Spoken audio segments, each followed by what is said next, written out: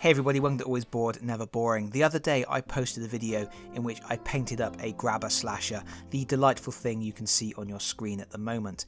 As part of that video I also showed a way of making some Tyranid themed scenic bases using PVA glue and super glue. As I think this is quite a cool little technique, and as the number of views on my grabber slasher video was quite low, I thought it was worth pulling out that section of the video and reposting it here. But I'm also adding in some extra content. I'm adding in an alternative way of painting the bases at the end.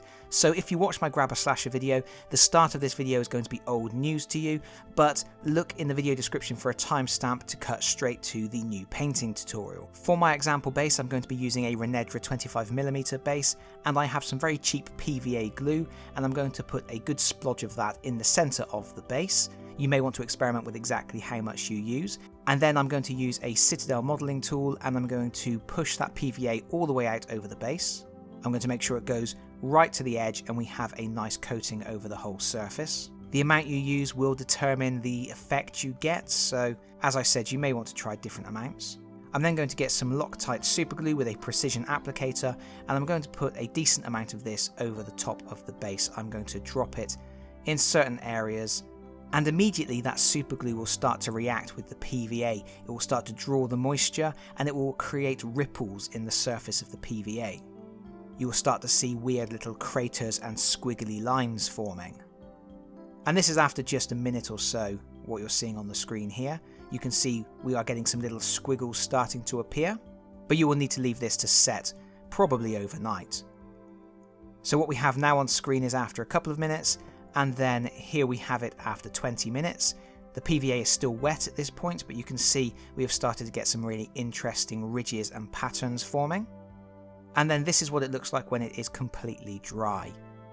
You can see we have some really weird and unusual patterns. And what I have also experimented with is putting down a textured surface first. So I slapped some astrogranite on a second base and then put some PVA over that.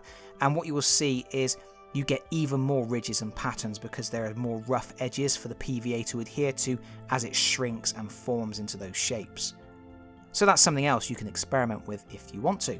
I'm now going to paint the base. I'm going to start by spraying it with Necrotic Flesh from Army Painter, and then I have my Citadel Reikland Flesh shade, and I'm going to apply a good coating of this over the whole base. This is going to go into all those interesting little recesses. It's going to provide the recess shading. It's also going to make the base look fleshier, because we are trying to make this look like the inside of a Tyranid Hive ship where there are weird and unusual growths. So a decent amount of this, you start to get that weird off pink fleshy tone.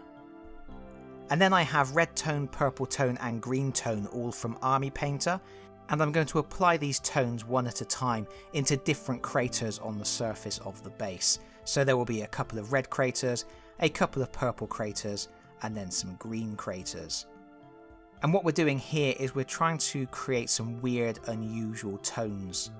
Tyranid Hive ships are very alien. They are beyond human comprehension, really. So we're just trying to create a sense of a very alien, unusual environment.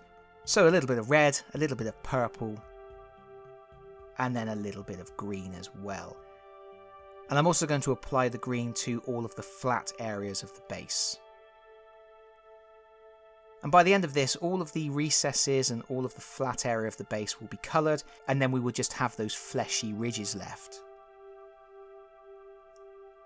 And then for those ridges, we're going to do a highlight. We're going to use Rakarth Flesh, and we're going to lightly dry brush over the tops of those ridges just to create a pale, sickly flesh tone. And that will be the end of it. And if you watched my video on the grabber slash, you will know that I used a very bright, cartoony style for the bases there. This is a much more natural, realistic sort of coloration, I think.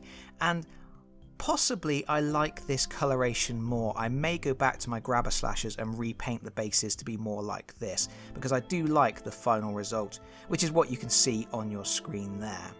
That horrible pinky flesh tone with the coloration inside the craters I do quite like, even though it is not as vibrant and colourful as my previous attempt. But that is it for this video. I hope you've enjoyed it. If you have, please consider pressing the like button. If you really enjoyed the video, please consider subscribing if you don't already do so. And hopefully, I will see you all again very soon. Bye bye everyone. Bye bye.